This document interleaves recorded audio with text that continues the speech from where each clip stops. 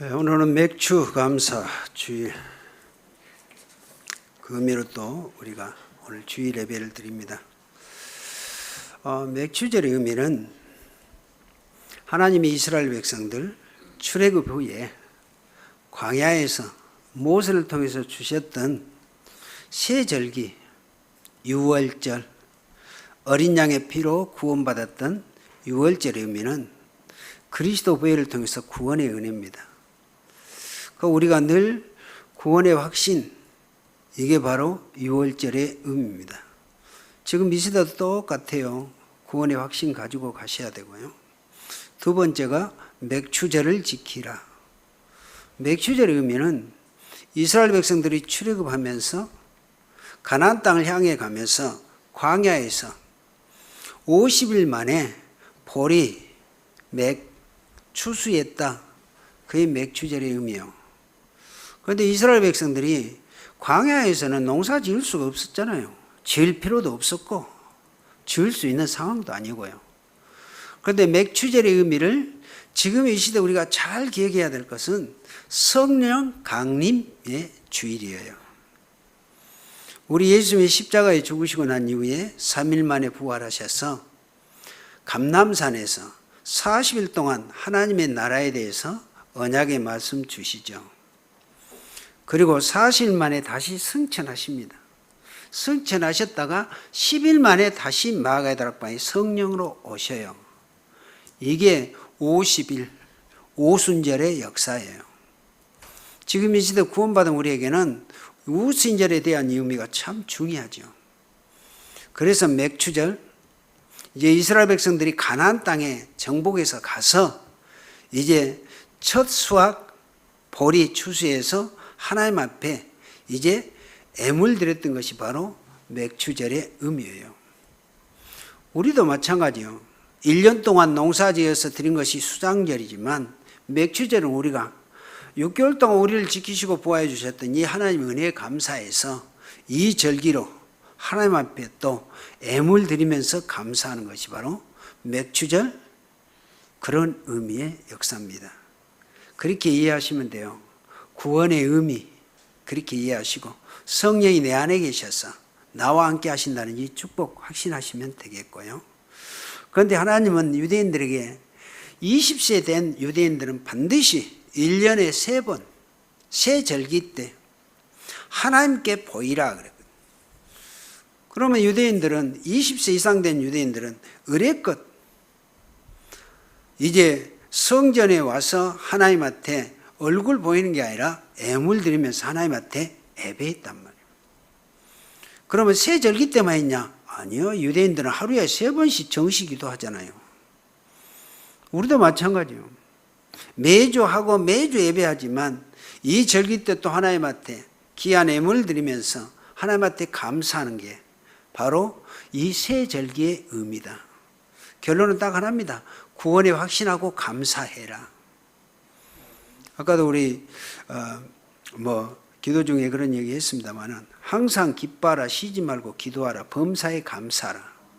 이는 그리스도 예수 안에서 너희를 향하신 하나님의 뜻이니라. 우리가 절기 때마다 하나님을 또 감사하면서 찾아서 하나님한테 또 애물 드리고 감사한다는 것은 중요한 의미를 담고 있죠. 자, 오늘 그 추수 감사가 아니고 맥추절의 의미를 가지고 오늘 본문 근거리에서 오늘 영접의 비밀, 오늘 제목이 그렇습니다. 자, 우리 성도들 중에서도요, 왜 나는 믿음이 자꾸 떨어지냐? 또 이렇게 고민하신 분들이 있는데요. 여러분, 우리가 구원받았어도 종교 생활하면 믿음은 이렇게 떨어져요. 믿음이 떨어진단 말이 뭔 말인지 아시죠? 자꾸 흔들리고 신앙생활 자체가 짜증나고. 그러면 종교생활이 뭘까요? 오직 예수 그리스도로 각인 뿌리 체질되어지지 않고 우리가 신앙생활이 아니고 교회 생활하면 이렇게 돼요. 갈수록 믿음 떨어집니다. 믿음 떨어지면 여러분 혹시 그런 분들 계십니까? 예배 자체가 귀찮고 싫고, 그죠? 예배 나오면 이상하게 졸리고 말씀드리는데 들어도 않고 그게 종교 생활이에요. 그러나 참 복음을 깨닫고 복음 속에 복음 안에 있으면 하나님의 말씀은 반드시 깨달아지고 또 성취되어진 것을 보게 되고 체험되어지게 됩니다. 또 세상이 줄 수 없는 참 평안을 얻게 된다. 이걸 이 앞주에 얘기했던 대로 여기에 우리가 편집이 이렇게 되어야 돼요. 또 영안이 열리면 사람, 사건, 역사 보는 눈이 열려요. 그리고 시대가 진단이 된다고요. 지금 왜 이 시대에 이럴까? 그리고 불신자를 보면은 왜 저들이 멸망 중에 있고 고통당하는가? 이게 보여진다는 말입니다. 그래서 그렇게 되어지면 우리가 이 땅에서 해야 될 일과 삶의 목적을 알게 됩니다. 이것을 우리가 계획, 설계, 우리는 그렇게 되어져요. 이렇게 깨달아지고 설계가 되어진다는 말입니다. 그래서 이때부터 현장에 대한 하나님의 그 원통한 심정의 마음이 깨달아져요. 하나님의 마음. 그러면 여러분들이 이때 우리가 바른 기도를 하게 되어지고요. 바른 기도하면 바른 응답을 받게 돼요. 그렇게 되어지면 이때부터 사람을 살리고 환경을 뛰어넘는 일이 우리에게 갖춰지게 됩니다. 이것이 참 전도라고 그래요. 참 전도.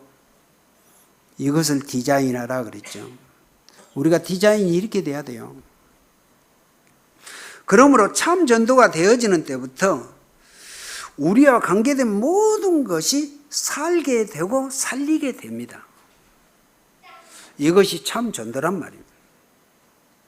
지금 이 시대에 우리가 이런 축복 속에 이런 응답 속에 있거든요. 예수 그리스도 복음을 모르고 교회 다니는 것을 우상 숭배라고 합니다. 그냥 얘기가 아니고 무서운 말이에요. 예수가 그리스도 이 복음 모르고 교회 다니는 것은 우상 숭배요. 늘 얘기합니다. 절간 가는 거하고 똑같아요.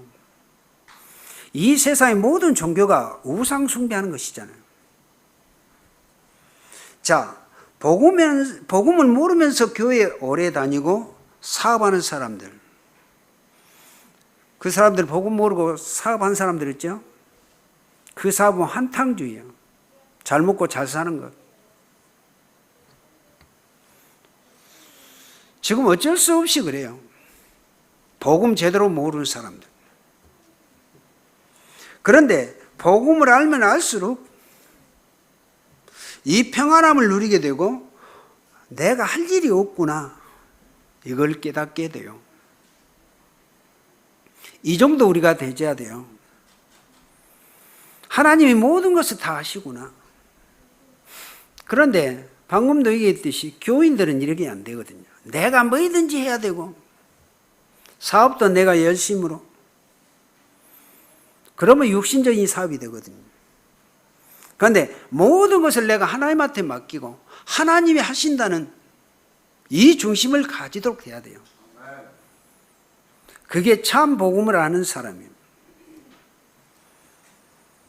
오늘 본론적으로 영접의 비밀을 아는 사람입니다. 자, 오늘 우리가 본론으로 들어가서 영접의 비밀에 대한 의미를 제대로 하려면 첫 번째, 하나님의 아들 예수님이 성육신 하신 이 사건을 우리는 잘 기억하셔야 돼요. 성육신 그러죠? 성육신이란 말은 하나님이 예수 그리스도로 말씀이 되어 이 땅에 오신 예수 그리스도를 성육신했다고 그렇게 얘기합니다. 우리가 신학적인 얘기라고 그러집니다만은 성육신의 의미는 그거예요. 하나님이 인간의 몸을 입고 예수님이 이 땅에 오셨잖아요. 성육신이라니까요. 하나님이 인간의 몸을 입고 그 역할을 예수님이 하셔서 이 땅에 오신 분이 성육신 하신 예수 그리스도다 그럽니다. 자, 그 성자 예수님은 영원부터 하나님과 함께 계셨어요. 오늘 요한복음 1장 1절에 얘기하죠. 태초에 말씀이 계시니라. 이 말씀이 하나님과 함께 계셨으니 이 말씀은 곧 하나님이시니라. 요한복음의 요한이 그래서 중요한 사람이에요. 예수님은 어째요? 하나님과 본체. 그렇게 얘기하고 있는 내용이에요. 그래서 우리는 예수님의 이 성육신인데요, 예수님의 선제성을 우리는 기억해야 돼요. 선제, 미리 존재하고 계셨다. 선제성이에요. 뭐 신학적으로 생각하지 말고요, 이거의 한자적으로 의문적으로 보면 그거예요. 창세 전에 하나님과 함께 계셨다. 그 의미가 예수님의 선제성이라고 그래요. 자, 우리 예수님은 창조 사역에도 직접 관여하셨죠. 그게 창세기 1장 26절이에요. 거기에 보면 우리가 우리의 형상을 따라 우리의 모양대로 사람을 만들고, 우리가 성부, 성자, 성령 삼위일체 하나님의 역사를 삼인수 복수로 이렇게 썼다니까요. 우리가. 성경은 이렇게 정확해요. 그러니까 우리 예수님이 어째요?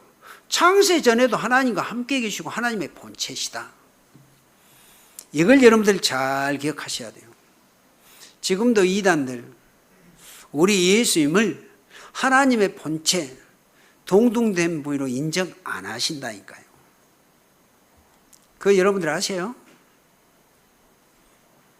인정 안 해요. 그렇게 인정 안 하면은 우리 예수님의 성령론을 부인하게 돼요. 그렇게까지 갑니다. 그래서 삼위일체론이라는 게 중요하단 말이 그런 말이거든요. 그런데 우리가 우리의 형상대로 창조 시에도 창조 전에 우리 예수님은 하나님과 함께 계셨으면 하나님과 본체시다. 여러분들이 이 사실을 확실히 믿으셔야 돼요. 그래야 이상한 이단들에게 안 속아요. 이단들은 하나님의 본체 이것도 부인하지만 자기가 그리스도라고 그러잖아요. 그렇게 돼요. 삼위일체론을 모르면 이단들이 그렇게 갑니다. 하나같이 이단들이 그러거든요. 자기가 그리스도라고 그러거든요. 그런데 저와 여러분들이 이 사실에 대해서 반드시 확신하고 가야 돼요. 예수님은 하나님과 본체, 하나님과 함께 계신 그 그리스도. 그런데 우리를 구원하시려고 예수님이 인간의 몸을 입고 오셨다.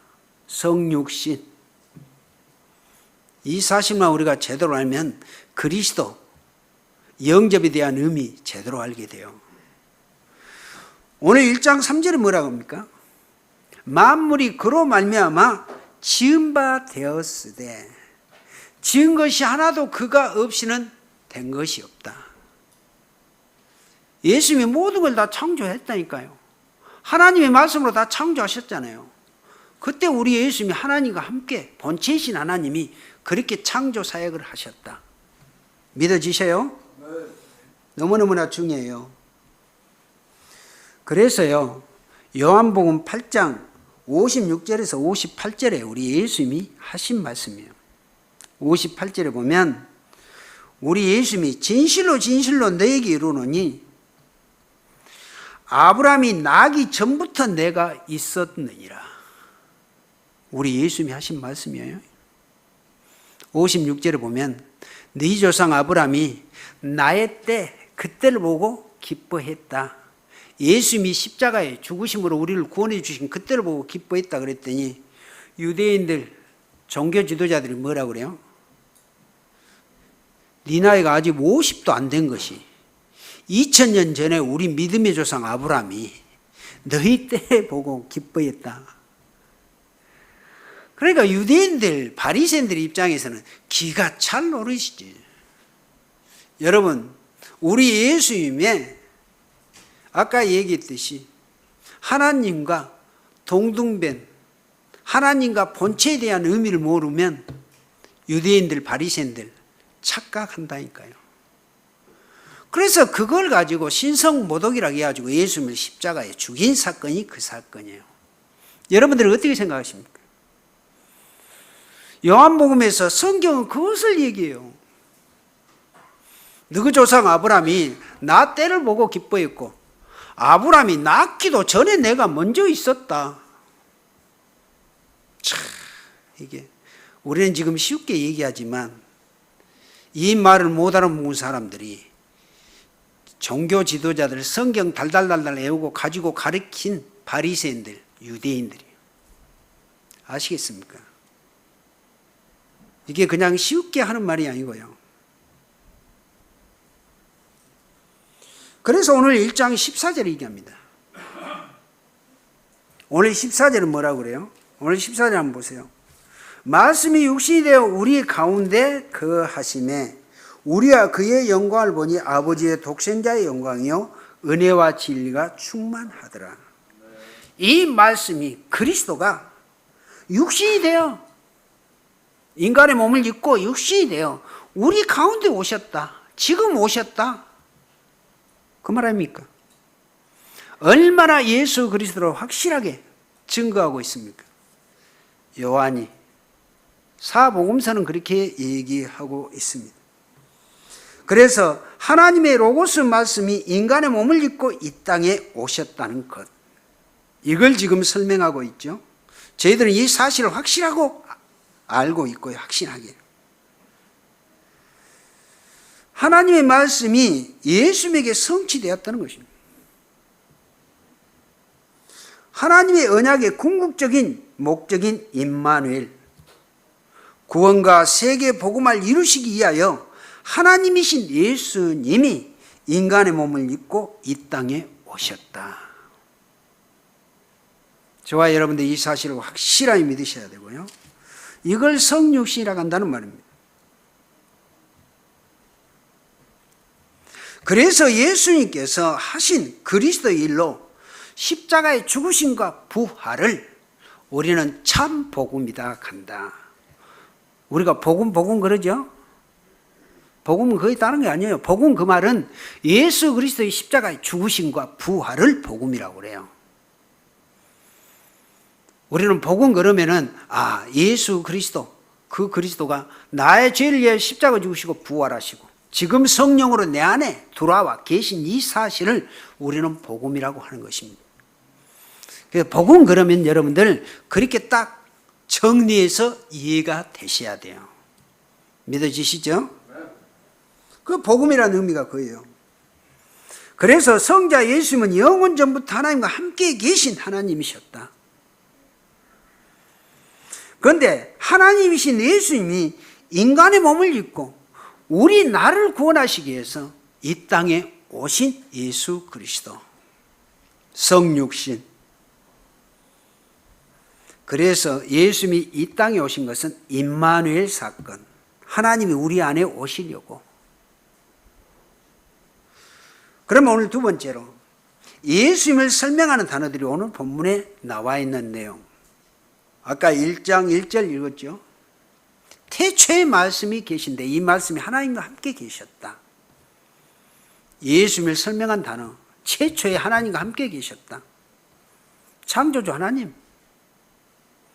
오늘 4절에 보면 그 안에 생명이 있었으니 이 생명은 사람들의 빛이라. 이렇게 설명해요. 그 안에 생명이 있었으니 이 생명은 사람들의 빛. 우리 예수님이 생명으로 이 땅에 오셨다는 것은 이 땅의 사람들이 지금도 에베소서 2장 1절에 보면 죄와 허물로 죽었단 말이에요. 흑암에게 완전히 사단에게 잡혀 있단 말이에요. 그래서 우리가 이사야서 60장 2절에 보면은 온 땅이 어둠에 덮여 있고 캄캄함이 만민을 사로잡고 있단 말이에요. 어떻게 생각하십니까, 여러분? 지금도 이 지구상의 모든 인간들은 창세기 3장 원죄 속에서 흑암에 딱 잡혀있고 12가지 문제 속에서 죽어가고 있잖아요. 그걸 지금 얘기하고 있는 것입니다. 그래서 예수님이 빛으로 오셨다. 아무리 캄캄한 밤에 빛만 있으면 훤하잖아요. 그리스도의 생명의 빛으로 이렇게 설명하고 있는 것입니다. 그래서 지금도 모든 사람들은 영적으로 원죄 속에서 캄캄하기 때문에 영적인 사실을 알지 못하고 있단 말이에요. 그래서 호세아서 4장 6절에 보면 이 백성이 영적인 지식, 하나님을 아는 지식이 없어서 망하는 도다 그랬어요. 그리스도 모르면 다 멸망하잖아요. 그래서 오늘 9절에 한번 보면 9절에 뭐라고 그럽니까? 9절에도 예수 그리스도에 대한 설명에 대한 내용이 9절입니다. 자, 9절을 봅니다. 참빛 곧 세상에 와서 각 사람에게 비추는 빛이 있었나니. 각 사람에게 그리스도가 와서 나 믿으면 구원받아, 이 빛으로 왔다 그 말이죠. 10절 한번 볼까요? 같이 읽습니다. 그가 세상에 계셨으며 세상은 그로 말미암아 지은 바 되었으되 세상이 그들 알지 못했다. 창조자 하나님이 그리스도가 왔는데 세상 사람들은 그를 몰라. 유대인들은 말할 것도 없고.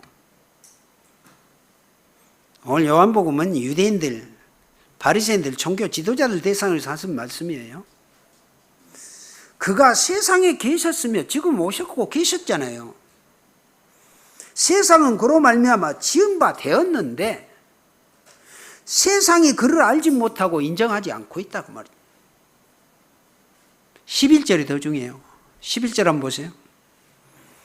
자, 자기 땅에 오매 자기 백성이 영접하지 아니하였으나.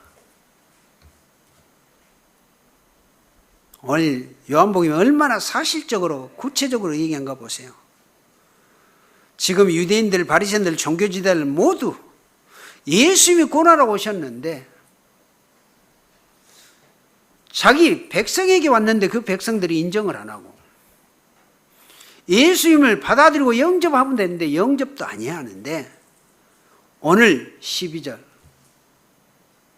그러나 영접하는 자 곧 그 이름을 믿는 자들에게는 하나님의 자녀가 되는 권세를 주셨으니.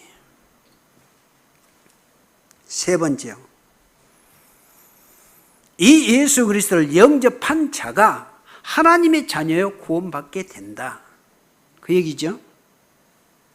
자, 예수님의 성육신 십자가 부활 사건은 구원 임마누엘의 축복이요. 그리고 모든 문제가 해결되어지는 이 축복의 응답이 예수 그리스도의 영접이다 그 말입니다. 그래서 이 예수 그리스도의 십자가 부활의 사건이 내 개인의 사건이 돼야 돼요. 나와 관계가 있어야 한단 말이에요. 나를 위해서 예수님이 십자가에 죽으셨구나. 나를 구원하려고 부활하셨구나. 그래서 마가의 다락방에 성령으로 오셨구나. 이 인정이 되어지고 관계가 이렇게 되어져야 한단 말이에요. 예수님의 이 사건이 내 사건이 되지 않으면 나하고는 아무 상관이 없어요. 지금 불신자들은 뭐 예수 믿으면 뭐 구원받아 천국 간다고?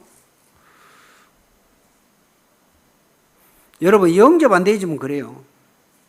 교회 다닌 사람 중에서도 영접 안 된 사람은 그런 상황이에요. 그래서 영접을 오해한 사람들이 많이 있거든요. 그런데 여러분 영접이 모든 것이에요. 구원의 모든 것, 천국 가는 모든 것이 영접이다. 이 영접 사건 하나 때문에 우리 교단이 이단으로 몰린 사건이 그 사건이잖아요. 교회 다니는 사람들이 재영접 시켰다고. 그게 재영접이에요? 구원의 확신이 없으면 영접에서 구원의 확신이 심어주는 것이 정상적인 영접의 역사죠. 그런데 예수 그리스도의 영접을 형식적으로 예수를 믿기 위한 수단의 하나의 과정으로 한다면 영접은 아무것도 아닐 수도 있어요. 그런데 영접이라는 의미를 제대로 알고 영접하면은 영접은 모든 것이 됩니다. 그래서 영접하는 자 곧 그 이름을 믿는 자들에게는 하나님의 자녀가 되는 권세를 주셨으니. 오늘 이 부분을 잘 기억하시고요. 그래서 한 번 영접해서 구원받은 하나님의 자녀가 되면 영원한 하나님의 자녀예요. 우리 안에 계신 하나님의 성령은 절대 우리를 떠나지 않아요. 문제는 우리 인간이 문제지.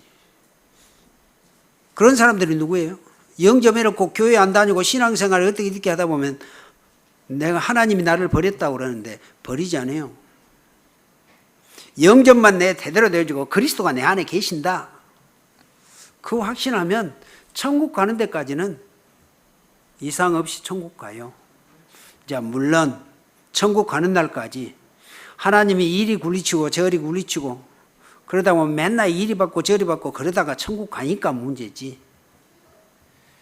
한 번 하나님의 자녀는 영원한 자녀. 막말로 예배 한 번도 안 드려도 영접만 하고 구원의 확신만 제대로 하면 천국 가는 데는 일이 없다니까요. 그런다고 해갖고 구원 받았으니까 나는 대충 그렇게 예배도 안 하고 그냥 살겠다. 그러란 말이 아니죠. 하나님의 축복을 받으려면 예배 속에 모든 축복과 응답은 다 있어요. 왜? 말씀 속에 하나님의 역사가 있기 때문에. 그래서 예수님을 영접해서 초청하는 것은 창조주 하나님이시고 빛이신 예수 그리스도, 생명 있는 예수님이 내 안에 오신 것을 말하는 것이에요. 구원의 역사죠. 자, 예수님이 임마누엘 이 땅에 오셔서 십자가 상에서 모든 문제를 해결하셨고 사망과 사단의 권세를 꺾으시고 부활하셨는데 지금 성령으로 계신 그 예수님, 그분을 내 마음속에 모셨던 것이 바로 영접이다. 오늘 영접에 대한 의미 제대로 좀 이해하시고 깨닫고 가시길 바라고요. 여러분, 늘 여러분들은 영접하셔야 돼요. 내 안에 예수를 모십니다. 그걸 안 해도 나 구원받은 하나님의 자녀지. 이거 확인하는 게 영접의 역사예요. 목사도 늘 그 얘기하죠. 새벽 예배에 저는 딱 눈 뜨자마자 구원받은 하나님의 자녀가 된 신분 권세 내가 확인하고, 요거 뭐 5분도 안 걸리지만 늘 걸어오면서 내가 그기도 하고, 오늘도 하나님의 자녀 그리스도 권세 가지고 내가 새벽 예배에 인도하러 가고, 끝나고 나서도 여기 24시요.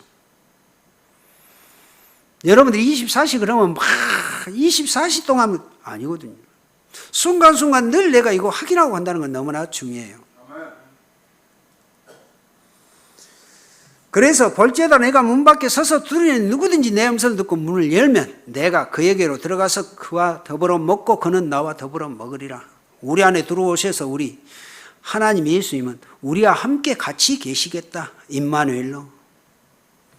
그러므로 교회는 오직 유일하게 예수 그리스도를 영접하기 위한 기관이요. 그리고 구원의 재창조를 누리도록 해준 것이 바로 교회의 사명이에요. 구원받은 저와 여러분들이 해야 될 사명이라고 하는 것입니다. 오늘 결론입니다. 영접의 비밀은 하나님의 최고의 소원이 구원이요. 그래서 예수 그리스도를 영접하는 자는 하나님의 자녀가 되는 권세를 주셨잖아요.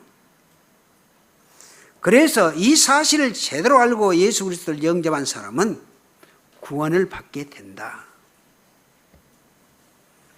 예수 그리스도를 영접하는 순간 신분이 요한복음 5장 24절에 사망에서 생명으로 신분이 바로 바뀌어요. 또 마귀의 자녀였던 사람이 하나님의 자녀로 신분이 이렇게 바로 바뀌어진다니까요. 여러분들이 이 사실을 그렇게 확신하셔야 돼요. 예수 그리스도를 영접한 순간 아담의 족보 옛사람에서 예수님의 생명의 족보로 거듭나게 된다.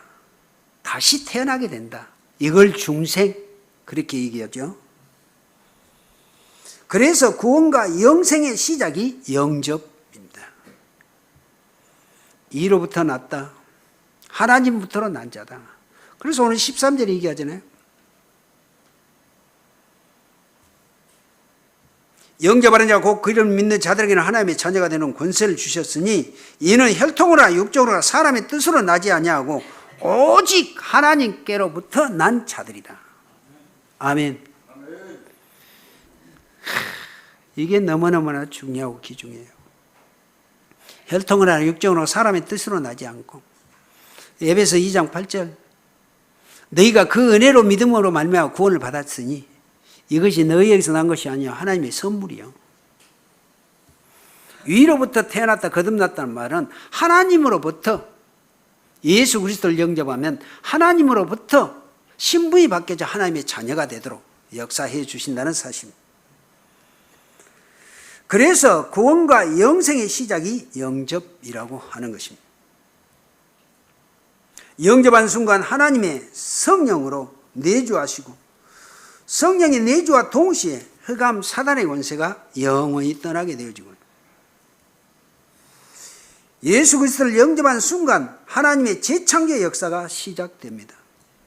고린도후서 5장 17절 그런즉 누구든지 그리스도 안에 있으면 새로운 피조물 이전 것은 지나갔으니 보라 새 것이 되었도다. 새 것, 새 창조 하나님의 자녀의 역사로 이것이 구원의 역사입니다. 그래서 예수님을 그리스도로 영접한 순간 인간의 근본 문제 창세기 3장 원죄, 사단, 지옥 배경에서 완전 영원히 해결된다는 말입니다. 이 사실 믿으시기 바랍니다.